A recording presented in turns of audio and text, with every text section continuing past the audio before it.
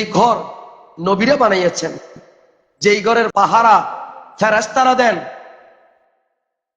রুকনে ইয়ামানিয়ান এমন একটা জায়গা হাদিসে পাকের মধ্যে রয়েছে, বান্দা যখন তাওয়াফ করে হাজর আসওয়াদ কর্নার থেকে শুরু করে যখন রুকনে ইয়ামানির কাছে আসে, সেই জায়গায় দোয়া করে, রব্বানা আতিনা ফিদ দুনিয়া হাসানাহ ওয়া ফিল আখিরাতি হাসানাহ ওয়া কিনা আযাবান নার ওয়া আদখিলনাল জান্নাতা মা'আল আবরার ইয়া আজিজু ইয়া গফফার